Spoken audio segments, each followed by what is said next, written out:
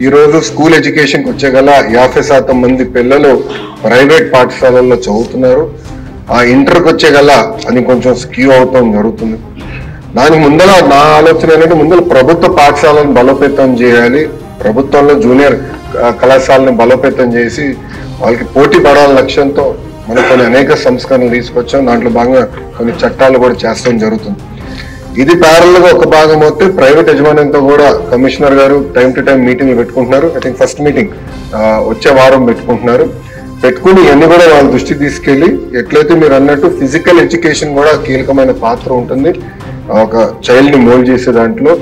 So కంపల్సరీగా ఏదైతే నిబంధనలు ఉన్నాయో అవి పాటించాలి, అప్రోప్రియేట్ స్టాఫింగ్ ఏర్పాటు చేయాలని చాలా స్పష్టంగా చెప్తాం జరుగుతుంది.